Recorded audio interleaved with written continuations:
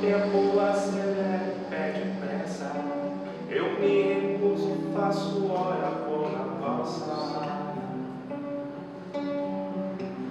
A vida não para. Enquanto todo mundo espera a cura do mal e a loucura finge que isso tudo é normal, eu finjo ter paciência e o mundo vai girando cada vez mais veloz. A gente espera do mundo e o mundo espera de nós um pouco mais de paciência.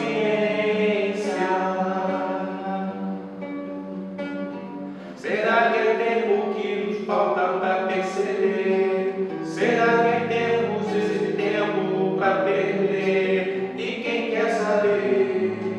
A vida é tão rara, tão rara. Mesmo quando tudo pede um pouco mais de calma, até quando o corpo pede um pouco mais de alma, eu sei, a vida não para. A vida não para.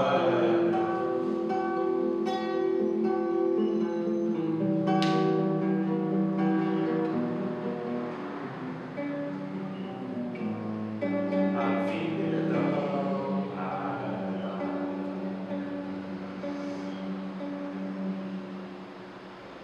Graças a Deus, a vida não para.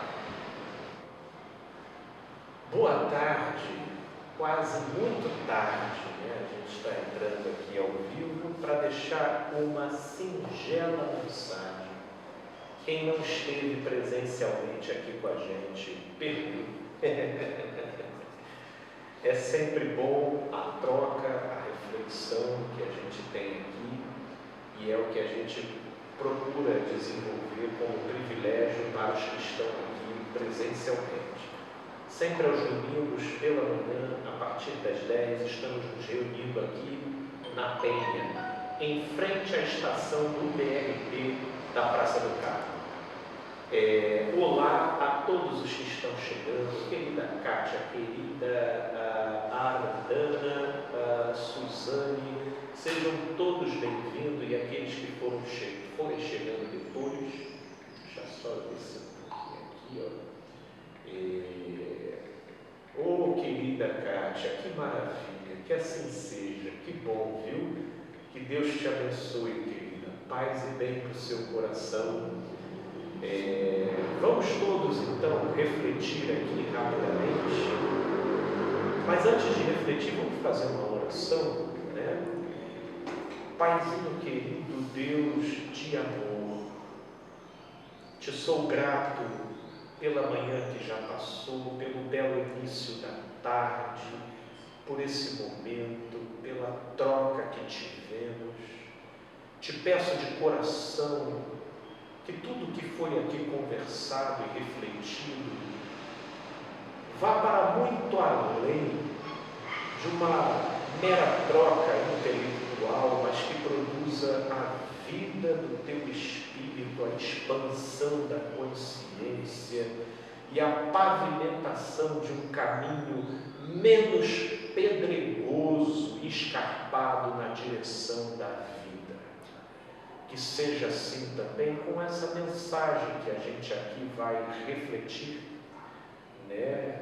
De modo que ela possa edificar e lançar luz sobre o nosso ser, de modo a nos aperfeiçoarmos no teu amor, que é a razão de ser dessa vida, meu Pai.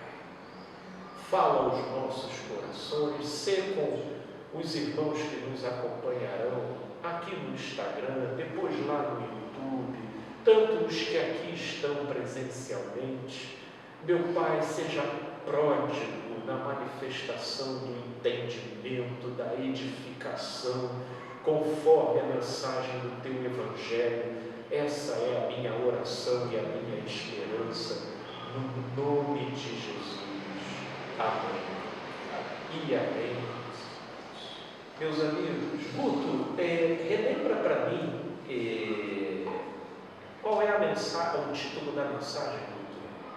Eu coloquei lá. Quem é você quando se encontra em alguma vantagem em relação ao outro? Quem é você quando se encontra em alguma vantagem em relação ao outro?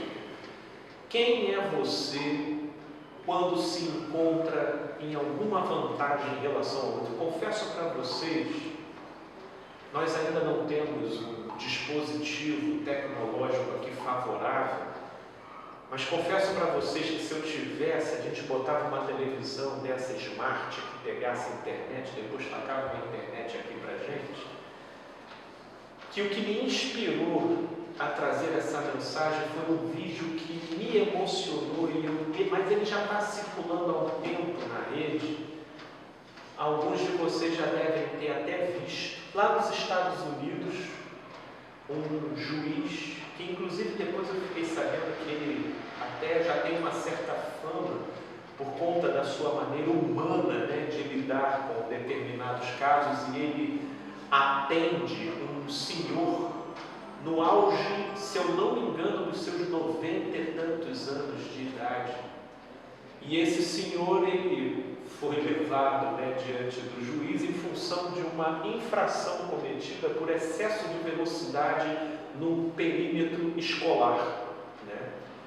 E aí, com muita polidez, né, o juiz: senhor, o senhor está aqui porque o senhor está sendo advertido por excesso de velocidade num perímetro escolar.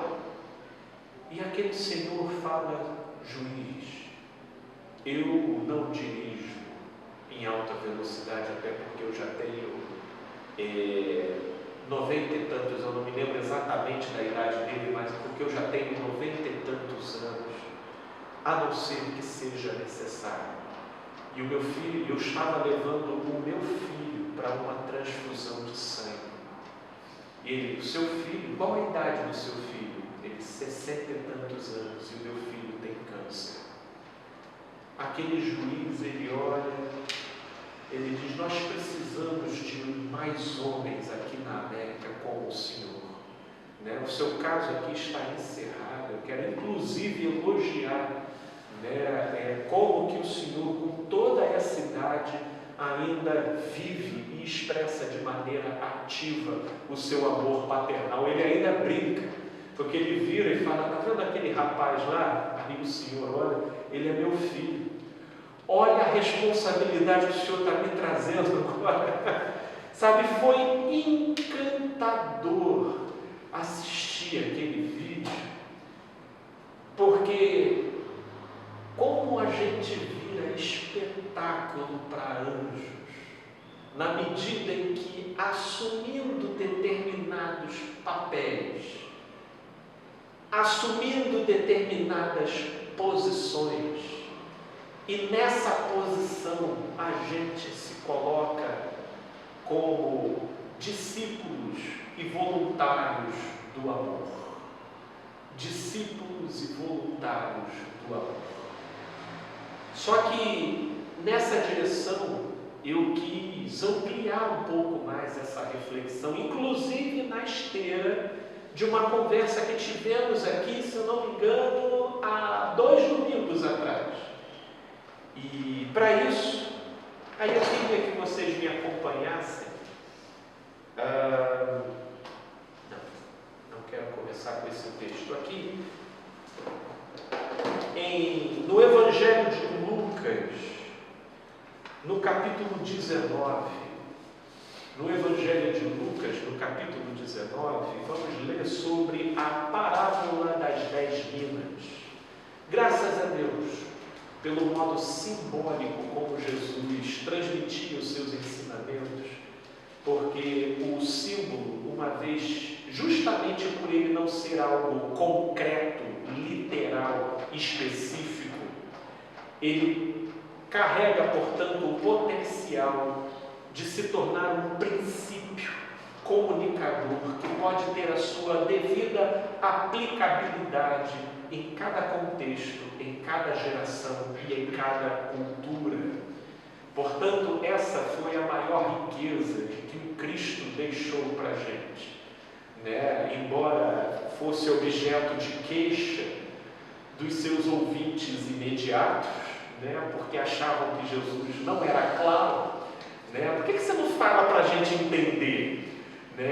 Mas Jesus, ele falava para que a gente pudesse ter um entendimento muito mais amplo.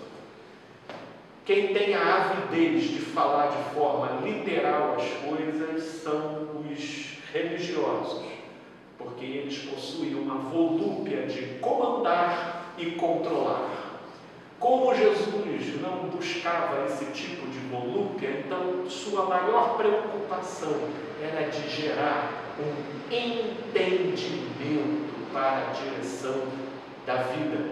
Só dessa forma Cristo nasce em nós, porque é produzido em nós autonomia de pensar por conta própria, tendo como ótica interpretativa os princípios balizadores fornecidos por Cristo Jesus.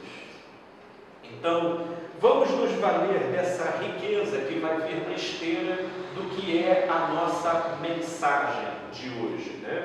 E a partir do verso 11, Lucas, capítulo 19, a partir do verso 11 diz: ouvindo ele estas coisas, Jesus propôs uma parábola.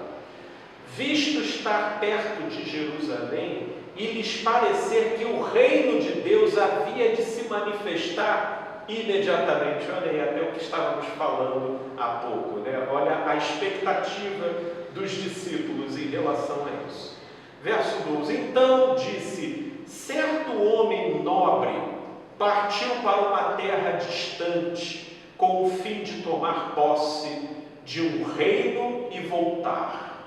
Isso daqui por mais que seja uma linguagem hoje um pouco diferente da nossa vivência política social, isso daqui tinha uma fortíssima comunicação para o tempo e a época de Jesus, onde os critérios geopolíticos eram definidos por essa linguagem aqui, entendeu? Por esse tipo de orquestração que Jesus está enunciando aqui. Verso 13: chamou 10 servos seus e confiou-lhes 10 minas, e disse-lhes: negociai até que eu volte. Mas os seus concidadãos o odiavam e enviaram após ele uma embaixada, dizendo: não queremos que este reine sobre nós. Quando ele voltou dessa viagem, depois de haver tomado posse do reino, mandou chamar os servos a quem dera o dinheiro, a fim de saber que negócio cada um teria conseguido. Compareceu o primeiro e disse: Senhor, a tua mina rendeu 10. Respondeu-lhe o Senhor: muito bem, servo bom, porque foste fiel no pouco, terás autoridade sobre 10 cidades. Veio o segundo dizendo: Senhor, a tua mina rendeu 5. A este disse: terás autoridade sobre 5 cidades. Veio então outro dizendo: eis aqui, Senhor, a tua mina, que eu guardei embrulhada num lenço, pois tive medo de ti, que és homem rigoroso, tiras o que não pusestes e ceifas o que não semeastes. Perceba que a perspectiva desse servo aqui, ela se fazia pertinente a uma mentalidade coletiva que se formou sobre esse Senhor e que está enunciado aqui no versículo 14 que nós lemos. Mas os seus concidadãos o odiavam e enviaram após ele uma embaixada dizendo: não queremos que este reine sobre nós. Havia uma rejeição coletiva e esse servo que recebeu apenas uma mina guardou, porque em consonância com essa mentalidade mentalidade coletiva, ele desenvolveu uma concepção particular acerca desse Senhor. E aí veja, isso tudo aqui é uma parábola, ok? Ceifo onde não semeei. Verso 23. Por que não puseste o meu dinheiro no banco? Ou seja, o Senhor questiona ele: puxa, por que você não fizeste o mínimo daquilo que renderia alguma coisa até independente do seu esforço? Por que não puseste o dinheiro no banco? E então, na minha vinda, o receberia com juros. E disse aos que o assistiam: tirai-lhe a mina e dai-a ao que tem 10. E eles responderam: Senhor, ele já tem 10. Pois eu vos declaro, a todo o que tem, dar-se-lhe-á, e ao que não tem, até o que tem lhe será tirado. Porquanto, porém, a esses meus inimigos que não quiseram que eu reinasse sobre eles, trazei-os aqui e o executai-os na minha presença. Na nossa mentalidade muito mais humanizada e influenciada, pelo humanismo, esse desfecho da parábola de Jesus é meio chocante. Ele é meio chocante. Eu pulei o verso 22, é por isso que eu estava estranhando, Eu estava estranhando porque a parte mais crítica do que eu queria comentar, eu estou estranhando aqui, meu Deus, eu errei de texto. Mas é o verso 22 que eu pulei, eu gostaria que vocês me acompanhassem o verso 22. Ele transmite a impressão que ele tinha do Senhor. No verso 22 ele responde: servo mau, por tua própria boca te condenarei. Sabias que eu sou um homem rigoroso, que tiro o que eu não pus e ceifo o que eu não semeei. Essa é a chave para a gente entender o porquê que esse Senhor da parábola, ele age do modo como ele age no verso 27. A esses meus inimigos que não quiseram que eu reinasse sobre eles, trazei-os aqui na minha presença e executai-os na minha presença. Verso 22 é a chave: servo mau, por tua própria boca te condenarei. Vânia, cita para mim aquela frase de Fernando Pessoa que você fala aqui com muita frequência. Deus não é uma ideia minha. A minha ideia de Deus é que é uma ideia minha. Palavra de Fernando Pessoa, né?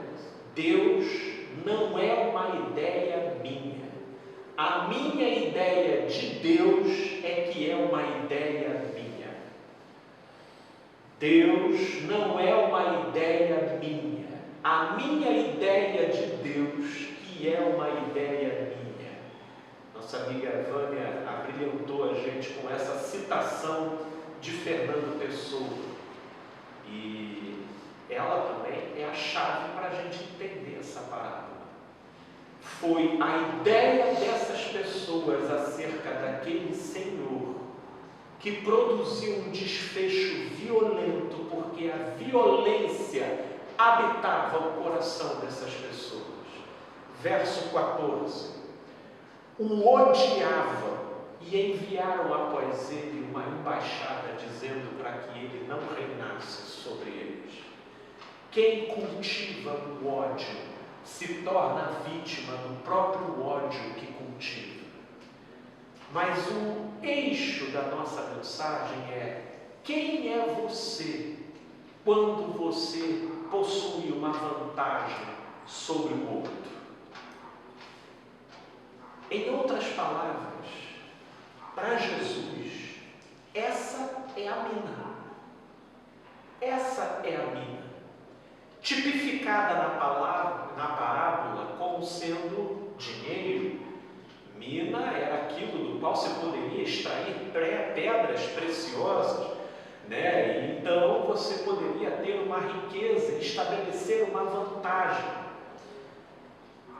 Vocês conhecem a passagem que Jesus enuncia de que ele não veio para servir, mas não veio para ser servido, mas sim para servir?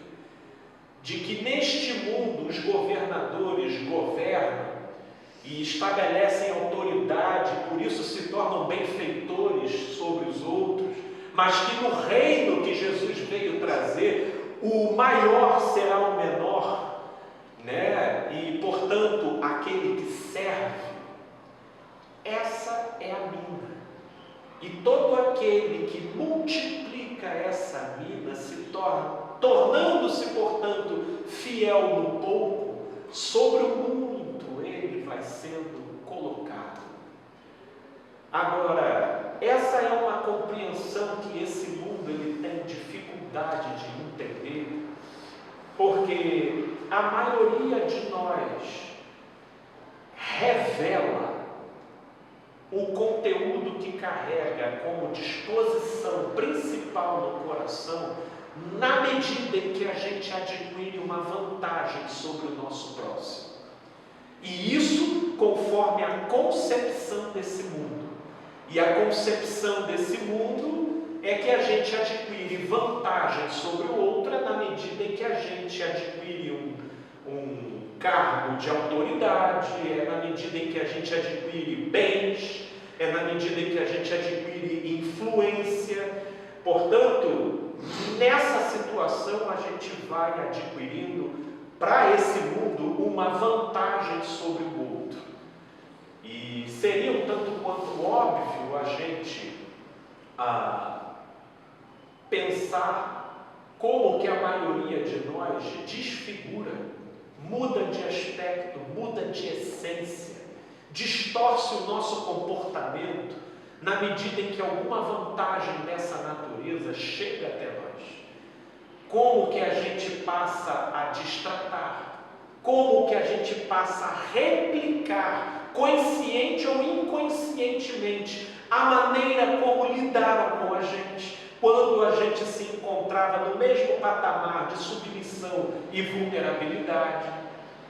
Portanto, esse tipo de transposição e replicação do modo como a gente foi tratado, quando então a gente assume a posição, eu creio que essa é uma dinâmica que a maioria de nós já consegue detectar e observar. Mas eu quero ir além.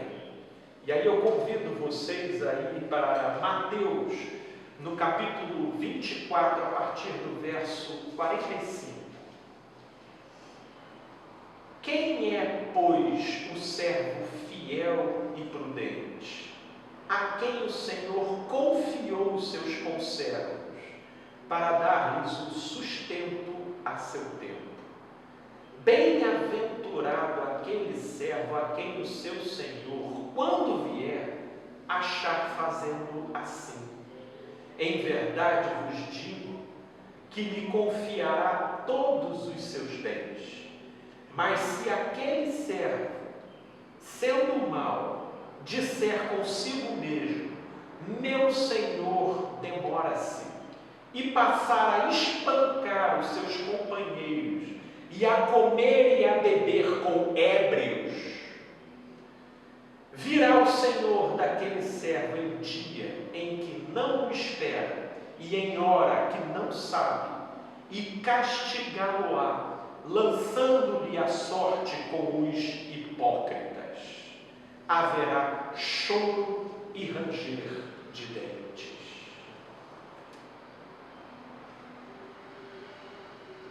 Se a vantagem é o potencial para servir e não o dinheiro que enriquece, então o potencial para servir ele já começa desde o momento em que a gente tem fôlego para respirar. Então o potencial ele já começa desde que a gente apresenta articulação para falar, desde que a gente apresenta roupa para vestir, desde que a gente apresenta acesso para entrar.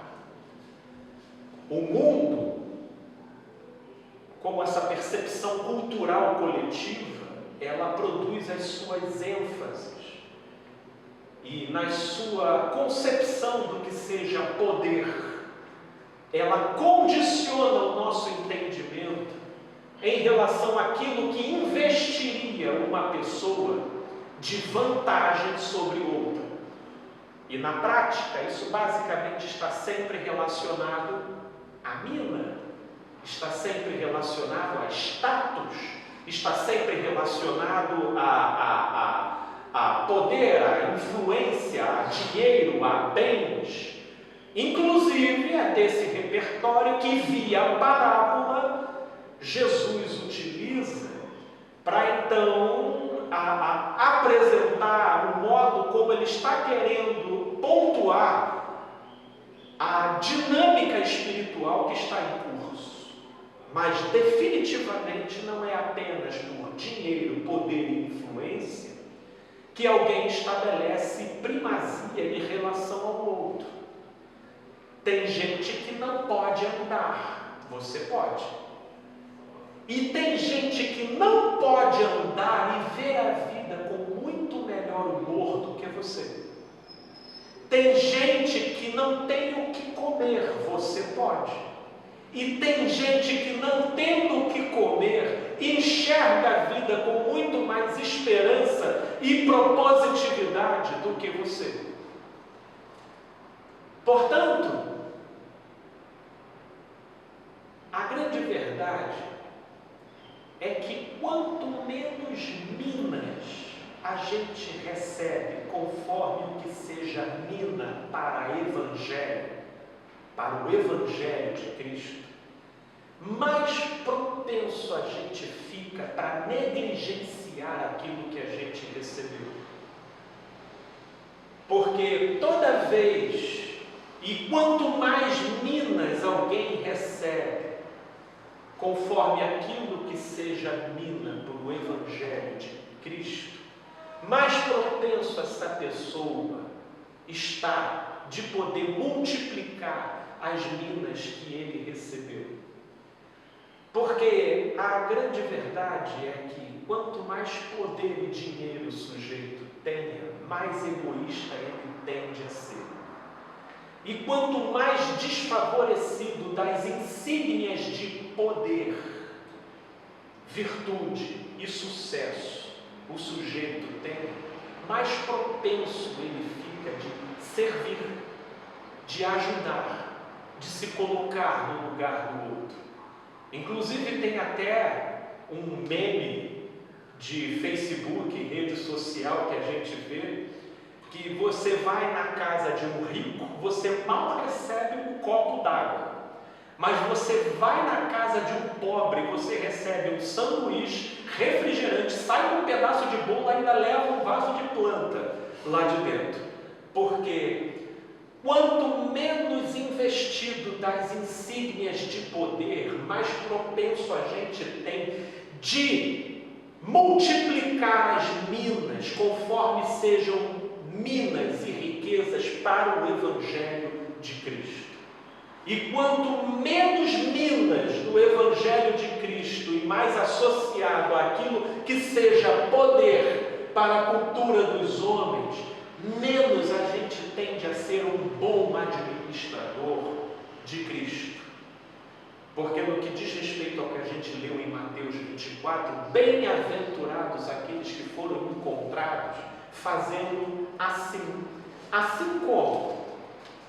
Está aqui no verso 45. Dando o sustento ao seu tempo, aos conservos que foram colocados na sua esfera de atuação e interação. Que conservos são esses?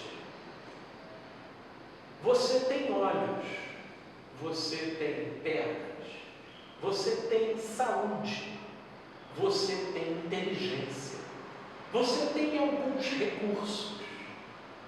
O que você inteligentemente, propositadamente trabalhe para tornar isso e submeter isso a algum benefício para quem esteja ao redor de você. Porque para o Evangelho isso é mina, isso é talento. Porque no dia do juízo, conforme inclusive estávamos conversando aqui há alguns domingos atrás, no dia do juízo, pessoas que não tiveram o que comer e não maldisseram a Deus e a vida, nos julgarão. Pessoas que não chegaram perto daquilo que seja uma vida minimamente digna e confortável e mesmo assim não perderam a esperança, nos julgarão. Agora, nós que tivemos uma vida razoável, o porquê que a gente compartilha desesperança? Nós que tivemos uma vida acessível para muitos bens, nós que tivemos uma vida acessível para muitas possibilidades e benefícios nessa vida, a gente lida com Deus dessa forma aqui, em Lucas 19, 21. Pois tu és um Deus rigoroso, que tiras onde não pusestes e ceifas o que não semeaste. No final das contas, a gente anda, vê, tem, possui e desfruta, e a gente tem medo de Deus. E o medo de Deus, essa concepção amedrontada do divino, ela pauperiza o nosso potencial de ser em Deus, porque tímidos, nem ao menos no banco a gente deposita aquilo que poderia render alguns frutos. Eu fico vendo assim, às vezes, muita gente talentosa e converso com gente com notório talento, né? E eu incentivo muito. Por que você não divulga isso? Por que você não abre isso? Por que você não coloca isso a serviço? Mas uma das formas de a gente transferir para Deus esse rigor com que o homem da parábola traduz a sua concepção de divindade é o modo como a gente lida com o olhar do outro.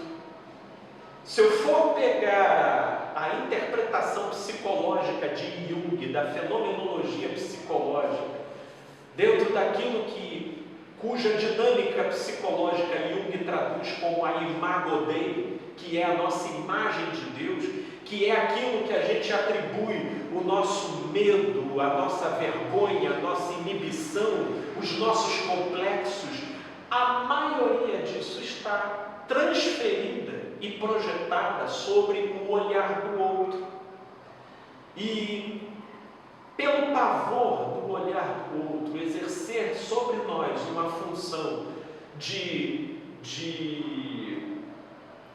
colocar, de retirar de onde não foi colocado e de ceifar onde não foi plantado, a gente embrulha o nosso talento num lençol e a gente tem inibição de manifestar aquilo que é a maior definição do que seja mina para o Evangelho, que é o amor.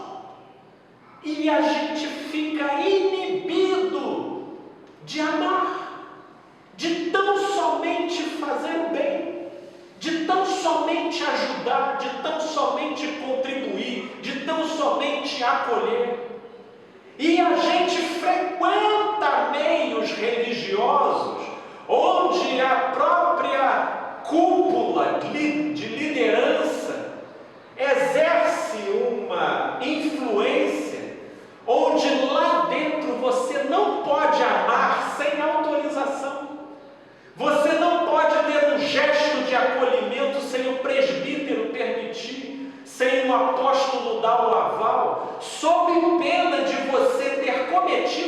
violação da liderança espiritual do meio.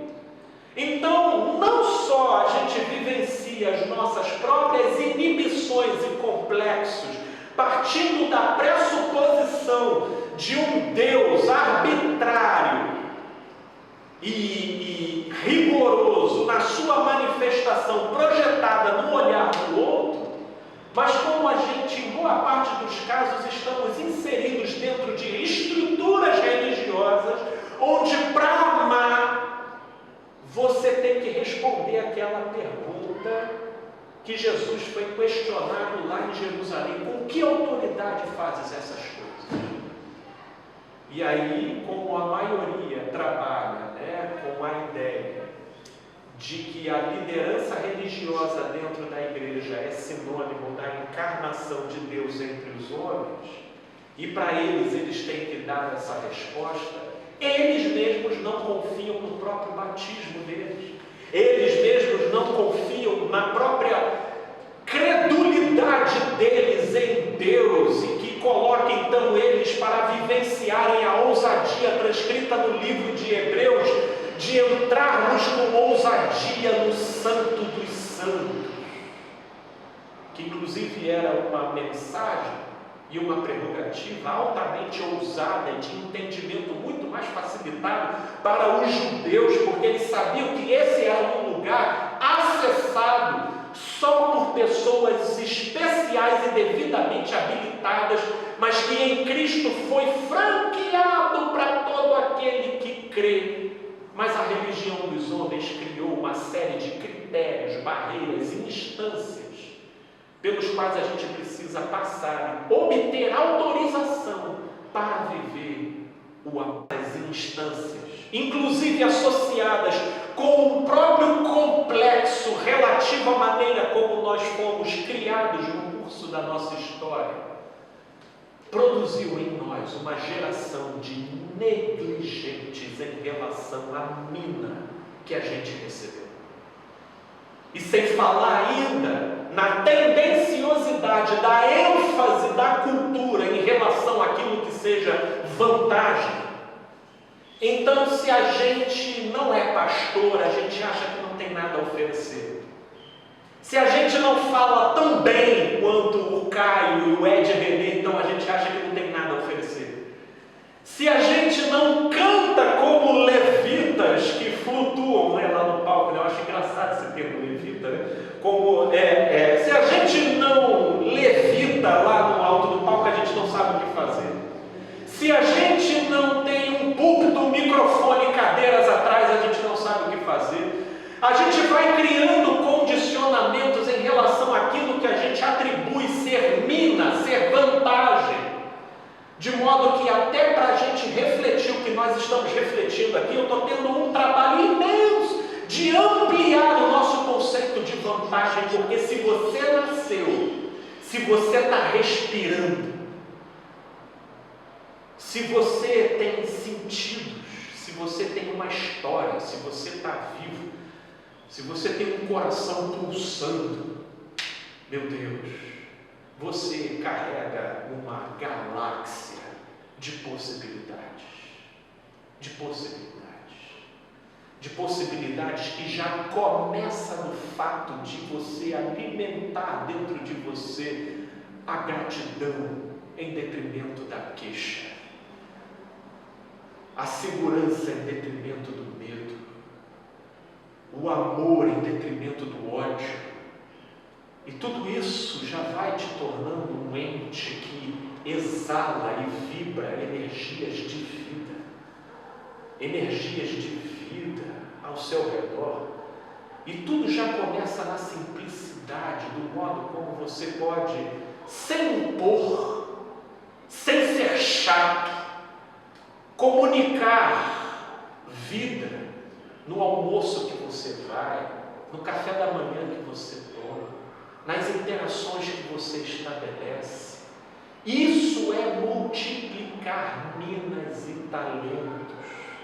Pois, como disse Jesus, bem-aventurado o servo que, quando o Senhor voltar, for encontrado fazendo assim. Mas existem duas coisas que ele pontua nessa parábola, porque se quando o Senhor voltar, ele for encontrado não só espancando os servos, os seus conservos, como também na sarjeta bebendo e comendo, porque aqui o crente já acha que existe uma recriminação velada contra a cerveja, né?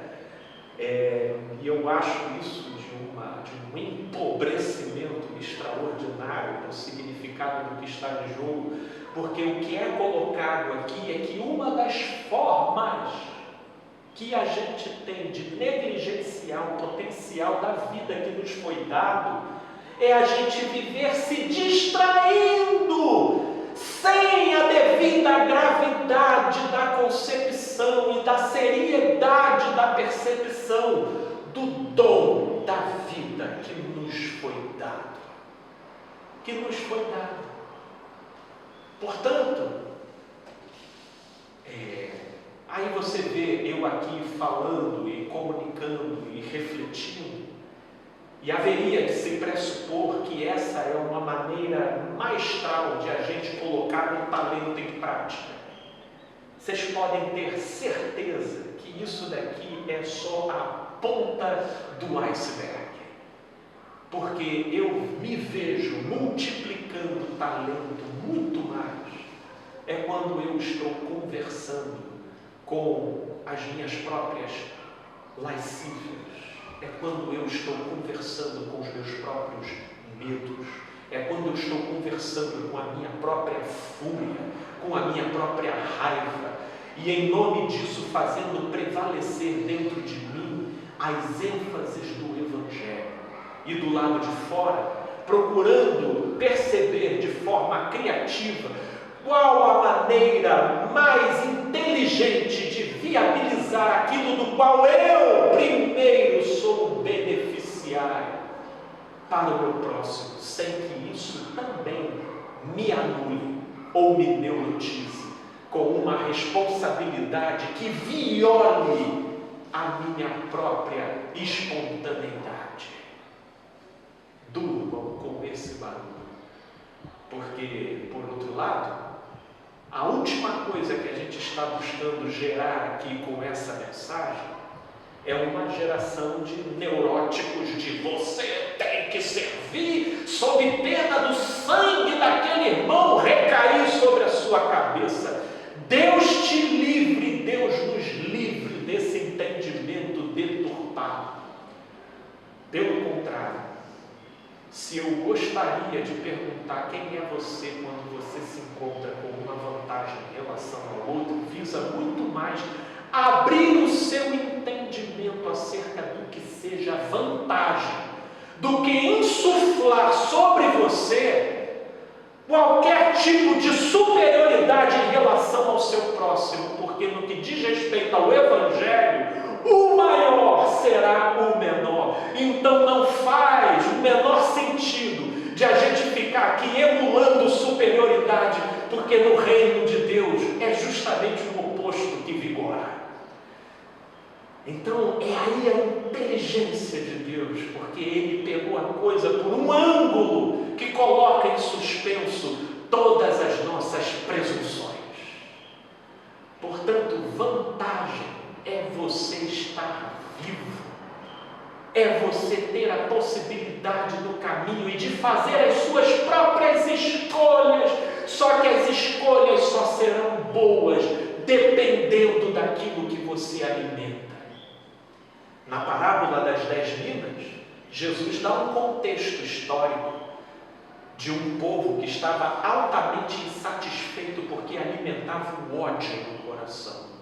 E isso influenciou um dos que receberam as minas para então administrar e poder fazer render.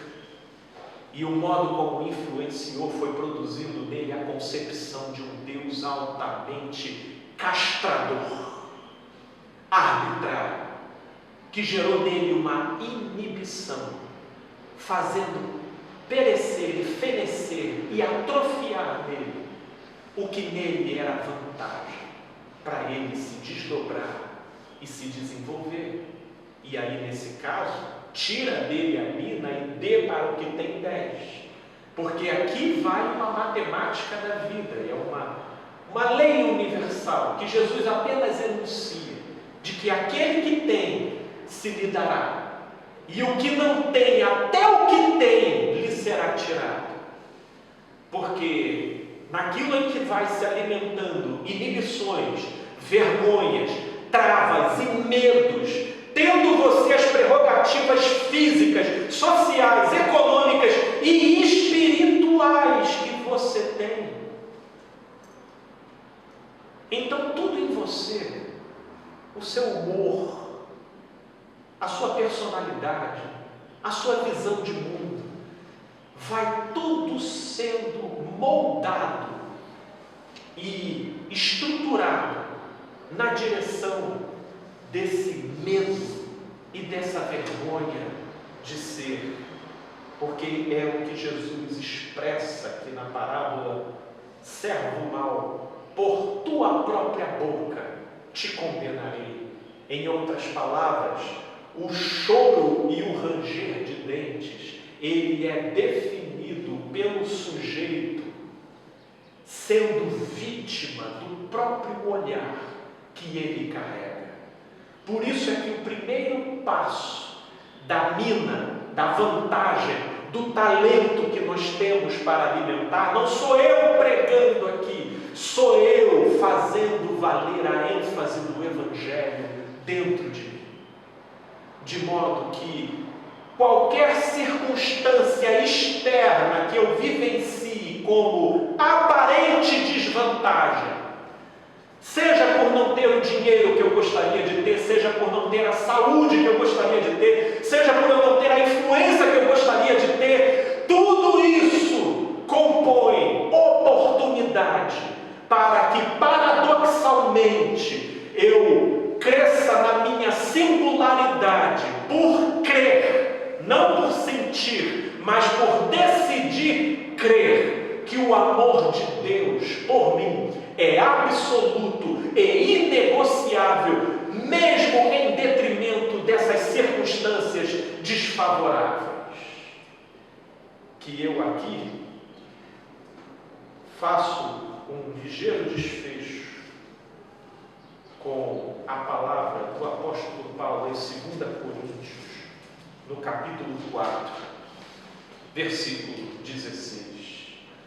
Por isso não desanimamos, pelo contrário, mesmo que o nosso homem exterior se corrompa, contudo, o nosso homem interior se renova de dia em dia, porque a nossa leve e momentânea tribulação produz para nós mina, produz para nós talento, produz para nós riqueza, eterno peso de glória acima de toda comparação, não atentando nós nas coisas que se veem, mas nas que não se veem, porque as que se veem são temporais e as que se não veem são eternas. E quando os nossos olhos se abrem para esse entendimento, inclusive fica aqui reformulada a nossa concepção de justiça e de bondade de Deus. Porque naquilo em que você está achando que tem uma determinada parcela do mundo altamente desfavorável e desprovida daquilo que é bom, por um lado, não podemos negar que existe essa dimensão da compreensão, mas por outro, nem de longe podemos tornar essa compreensão um absoluto, porque, como já diz o saudoso Shakespeare, existe muito mais coisa entre o céu e a terra do que a nossa vã filosofia possa explicar. Porque no Evangelho, que opera pelo paradoxo, justamente aquilo que os nossos sentidos experimentam e vivenciam como desvantagem ou queda, no Evangelho é justamente o que está nos erguendo. Portanto, bem-aventurado é aquele servo que, quando o Senhor vier, for encontrado agindo assim, fiel a certeza do amor de Deus, mesmo na contramão das suas próprias sensações. Só assim nós viveremos ricos de minas e talentos, e uma vez os possuindo, sobretudo possuindo a consciência de que nós o possuímos, nós poderemos multiplicá-los sem inibições, sem negligência, sem, por um lado, espancar por uma presunção de superioridade, ou viver ébrio e na sarjeta por uma questão de distração e despropositividade, porque a gente não se crê absolutamente nada especial ou possuidor de alguma coisa que a gente possa contribuir ou colaborar. Porque o nascimento da mina, ela começa com a decisão do coração para crer nas verdades eternas, por mais que elas se estabeleçam de forma contraditória ao que a gente vive e àquilo que a cultura entende como sendo sucesso ou vantagem. E nisso começa a rodar uma engrenagem dentro de nós, que nos torna seres multiplicadores do bem e da vida nessa terra, porque, sobretudo e antes de tudo, nós nos tornamos os principais beneficiários dessa vida e dessa verdade. Amém? Amém? Amém.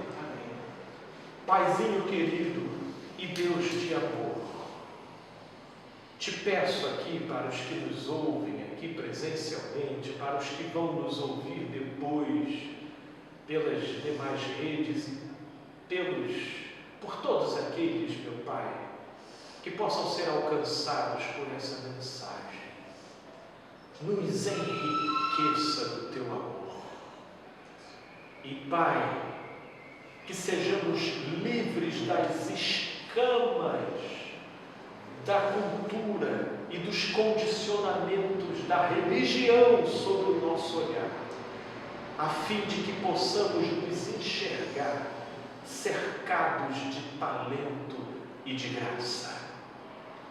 E sim, meu Pai, numa reformulação, inclusive das nossas expectativas e concepções do que seja servir, que por conta da influência da religião ficou sendo algo tão diminuto e condicionado como sendo apenas aquilo que se faz em cima de um púlpito ou com um microfone na mão.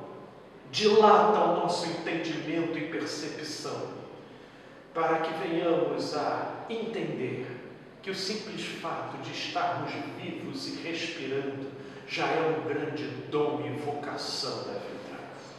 No mais, meu Pai, que o nosso senso de gratidão cresça, que possamos crescer e entender cada vez mais qual seja a largura, a altura e a profundidade do teu amor por nós, a fim de que multipliquemos, ó Deus, a boa fragrância do teu Espírito na vida. Ainda que isso não se faça para multidões, como se tornou a ambição de pessoas com a mentalidade da religião, mas ainda que seja para o nosso próximo, para uma pessoa, para pessoas específicas. Meu Deus, tu não vês como os homens veem, e que se abra o nosso entendimento na direção do sentido verdadeiro do teu Evangelho, de modo que inibições sejam desfeitas, vergonhas sejam desarticuladas, medos sejam desconstruídos e possa pulsar dentro de nós a equilibrada ousadia do amor. É o que te pedimos e esperamos, e desde já te agradecemos, para que a tua palavra cumpra a sua devida eficácia, de maneira que cresçamos em ti e no teu amor. Em nome de Jesus. Amém.